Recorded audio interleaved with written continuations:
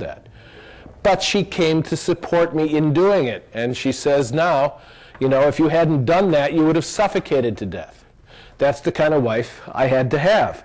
If it had been, have you seen the movie The Insider? The tobacco guy who, real whistleblower, an incredible movie.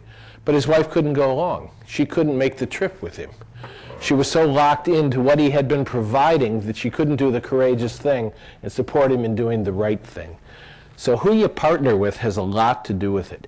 Creativity is not something that some people have and some don't. Creativity is natural. Every human being accesses the domain of creativity sometimes. The trick is not that we sometimes do it and sometimes don't. The trick is knowing what is going to make it more likely that we will do it, so that we can create those conditions intentionally, consciously, formally in our lives, therefore tend the creativity. Another friend, and I'm not trying to name drop from NSA, I'm just trying to say that don't believe me, believe these people who have spent their lives discovering this stuff. Another friend says you cannot make creativity happen, but you can tend it. You can nurture it. You can create the conditions that are likely to make it happen, and then you can capture it when it happens. Now, this same guy does workshops. He calls them whole mind workshops or something. And he learned this doing intelligence analysis, because he learned that if you just do the granular left brain engineering kind of thinking, you only get so far. But if you add to it the right brain synthetic, imaginative, creative part, this is where the breakthroughs take place. And he talked to a lot of people and said, what are you doing when those ideas pop? Because these are people who have great ideas. But often you're off running or swimming or doing, you're up 4 o'clock in the morning, you're doing something totally else. You're not thinking about the problem consciously that that's about to pop, like a bubble in a chaos theory. Suddenly not thinking about it, Wu Wei they call it, right? Not doing, but it doesn't mean not doing, it means doing in a particular, not aggressive, active, focused kind of way, but kind of doing it around the back of your brain from the medulla oblongata down, letting it happen, tending it. Then these ideas pop. And if you don't have a means of recording and keeping it at the time, then it's going to go very, very quickly, especially if it's a new or anomalous idea, because it will not fit in with the way you think about the world. I'll talk about that a little more too. So he encourages people to carry a notebook, carry a recorder, you know, speak into their watch, whatever it is you've got that works. Because I found, going into big companies, people are creative as hell. But the companies often imprison them in a regimen that is, even the best companies, that is so unforgiving that they don't have time to capture the creativity, and the processes, the systemic processes of the culture and company do not encourage them to find time to feed their creativity into the system so that it can be used. I did a 3-day conference on creativity with a big company, the biggest company. It was supposed to be on creativity, but the whole 3 days were so over-programmed that it was clear that it wasn't really about creativity at all. And the guy who brought me in said, toward the end of the second day, I guess you figured out that while you were supposed to do creativity, that wasn't why we were here. This was really a reward to them. It's about retention. I wanted to take them off campus for a fun thing here at the retreat center.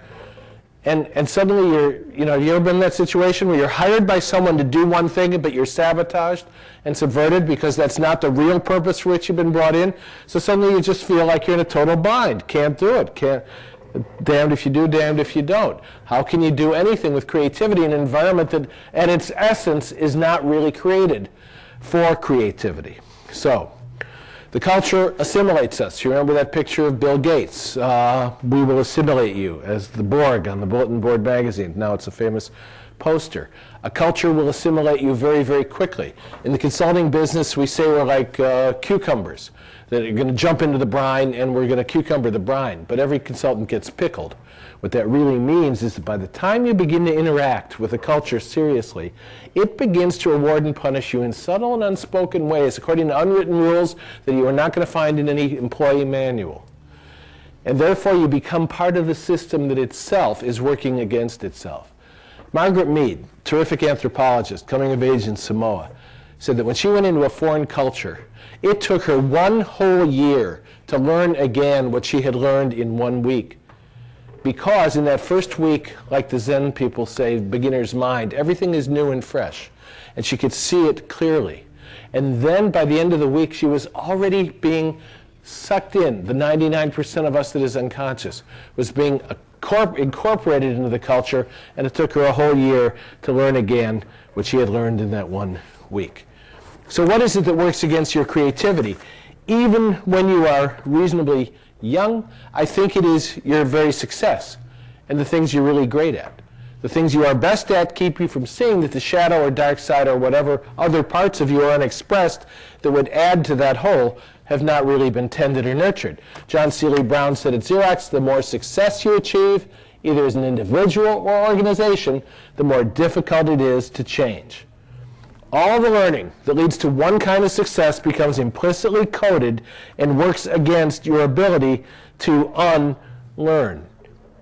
And yet, during times of radical change, unlearning quickly as well as learning, emptying the cup, as the Zen people say, is one of the things you have to do. I never finished that thought about Jay Heiser. I brought him up and then I went off on a segue about my life.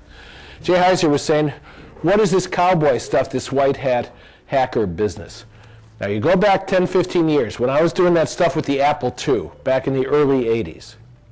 What was being said about cyberspace? First of all, Neuromancer was just coining the term. I know, you don't want to hear it. We need a better term, just like hacker, cracker, you start all that stuff. You have to look at the language in context. But cyberspace as an event was just coming up. And you look back at what some people, like John Perry Barlow, how many of you know who John Perry Barlow is? Of course, of course. Do you know, I was at InfoSec World earlier this week in Orlando, and there were hundreds of people in the room, and I asked how many knew who John Perry Barlow was? And you know, there was one hand that went up, Joe Klein, bless his heart. One hand went up way at the back of the room. And so then I had to go to the next level and say, how many of you know who the Grateful Dead were? You know, and then you get the cackle. But boy, John Perry Barlow wrote stuff about cyberspace that if you read it now, sounds so fanciful and out of sight. Sounds like he was in Sky City with Lando Calrissian, you know, just kind of floating above the whole. The independence of the mind, we are creating a new civilization of the mind, more humane and more fair. We are not in meat space. We reject your attempts to colonize us. We repudiate your laws, et cetera, et cetera, et cetera. Okay, that's the myth. That's the myth. When people are in the myth and believe the myth, they don't know it's a myth. In other words, the things we deeply believe to be true often are mythical, but we don't know it, and therefore we believe them. When we see it's a metaphor, you say, well, yeah, but John Perry Barlow he didn't really mean that. Number one, he did. He meant it literally. Number two, by the time you get to the point you say, well, it was just a metaphor, then you've moved out of the myth and you no longer believe it as myth. It is no longer foundational and central to your life. And then you get to the science where you describe it objectively. Well, yeah, what was happening historically then, and the science of it is this, and by the time you get there, and that's really what Jay Heiser was saying when he said, what is this cowboy stuff? Everybody knew once upon a time what the cowboy stuff, white hat, black hat, gray hat hackers were about. And now he's saying, we're not cowboys. What that means is the context has so shifted that you must use images, language, ideas appropriate to what people believe so that you can communicate effectively with them. Yeah? And what is a white hat hacker anyway? You know, in my book, a white hat hacker is a black hat hacker who forgot how to tell the truth, right? And a gray hat hacker is a white hat hacker who doesn't remember where he put it in the first place. You know, the truth is, once upon a time, and maybe in some ways still, the only way to get certain kinds of information, understanding, and learning is to hack. And I mean that in all the meanings of the word. And you know that. Everybody knows that. That's why I could say honestly and sincerely to the first DEF CON to which I spoke in a talk called Hacking as Practice for Transplanetary Life in the 21st Century, I said it's not your behavior that is a problem for the authorities, it is your perceived allegiance. In other words, if you come in under the cover of CIA or DIA or FBI or NSA, you can hack your hearts out. You can do things which in any other context would be illegal and felonious and would get you in jail for life. But if you do it on behalf of your nation, you are a hero and a patriot. It is not the behavior. It is the allegiance. It's not the ideology. It is who you do it for and to. Okay. Now, was there a hand up over here? John Perry Barlow, did he go on to do anything? I believe he lives in Wyoming and continues. I don't know. Is he still writing stuff like that? Founded a policy group or something? I know he was part of the whole EPIC thing, and EFF, right? And that's a big deal now, actually. He's moved away past it. He's talking about Bush. He's lost the myth. He's got a good weblog, though. Okay. Where is it? What's his site, do you know? BarlowFriends.org. Barlow Friends. Somebody's got it. Okay. So there's your answer. He's still doing stuff, but you know, the battle, I mean, I know this is going to sound fanciful and like it's far away, but as we get older, the battle is not to become bitter at the loss of the myth and the loss of the memory. It's just what happens. The things we fought for then, I mean, I'm on a, well, I won't even go into it. But my last column, I don't know if any of you read this stuff. I'll give a couple of these away, sell the others. Islands in the Clickstream, it's free. It's on my website. All you have to do is go get it or sign up for it, and I'll send it to you intermittently, not very frequently. And the last column I wrote was called "I Was a Victim of the KGB." And what it was using as a point of departure a thing written by Gene Poteet. Now, Gene had been a CIA guy for 30 years. And he was very, very good at what he did. Radar is what he told me about once upon a time. Interesting things, like he would use back in the 60s when they were just learning to put radar images on the radar of the enemy. What did this mean? It meant that when we wanted to probe and test the defenses of the Soviet Union or their allies, we didn't have to send planes. We could actually simulate the sending of a plane. In their radar, we could do it any size, any speed. We could simulate or model any known aircraft, and therefore they would respond appropriately, and we could test their defenses by simply imposing a false radar image on it. And he had great stories, like the time the Cubans scrambled some jets to chase the jets they thought were in their airspace after we put bogus images on their radar. And they intercepted, NSA is real time, right? So they intercepted a Cuban pilot saying, "I see it, I see it." And they said, "Shoot it down, shoot it down." Well, they don't know what the hell he was seeing because there was nothing there. But they looked at each other and they nodded and they killed the image. And so for all intents and purposes, the Cuban pilot thought he had fired his missile and had a kill because whatever it was he was chasing had disappeared immediately from his radar. So this is a pretty good guy, but here he is saying that the 1970s, the Church Committee and the Pike Committee were disinformation campaigns by the KGB. Now this one's a stretch. How many of you know what the Church Committee hearings were about and the Pike Committee hearings? Okay, Richard, and the old guy, the silverback, right, who has lived through all this. Well, it was pretty serious stuff. You know, I mean, Watergate, assassinations. The assassinations, in case you don't remember, they were all on the left. All of our dynamic, charismatic leadership was assassinated. Now, it was John Kennedy, and it was Robert Kennedy, and it was Malcolm X, and it was Martin Luther King Jr., and it was Medgar Evers, and it was Fred Hampton.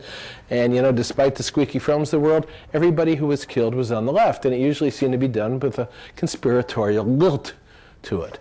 No one will go back and look at the data about the Kennedy assassination without coming to the conclusion that there was something going on beyond a random act by some crazy person. So I was responding to that and going back to the Church and Pike Committee hearings, and I got an email from a guy who said, "You may notice my name. I'm the one who blew the whistle on Casey." Casey was the director of the CIA, and Reagan in the Iran-Contra event. And everything you said, and go look at that article. Everything you said in that article, he said, was accurate. It's this overview of the last 55 years of what has happened to the space of truth in our lives as a result of living in a cave of absolute secrecy that, honest to God, didn't used to be there. It didn't used to be like this. That's what memory can provide. But at any rate, that's getting back to saying the fight is against bitterness. The fight is against becoming discouraged. The fight is somehow always to find a way to resuscitate in your mind and heart the belief and the values that are behind this passion for creativity in the first place. Okay, any other questions before I move on with the... Casey really end up in Argentina? Casey is dead. I thought he was in Argentina. No, you're thinking of Klaus Barbie. That was Casey's good friend. No, I don't. I think Casey genuinely died on that trip, right?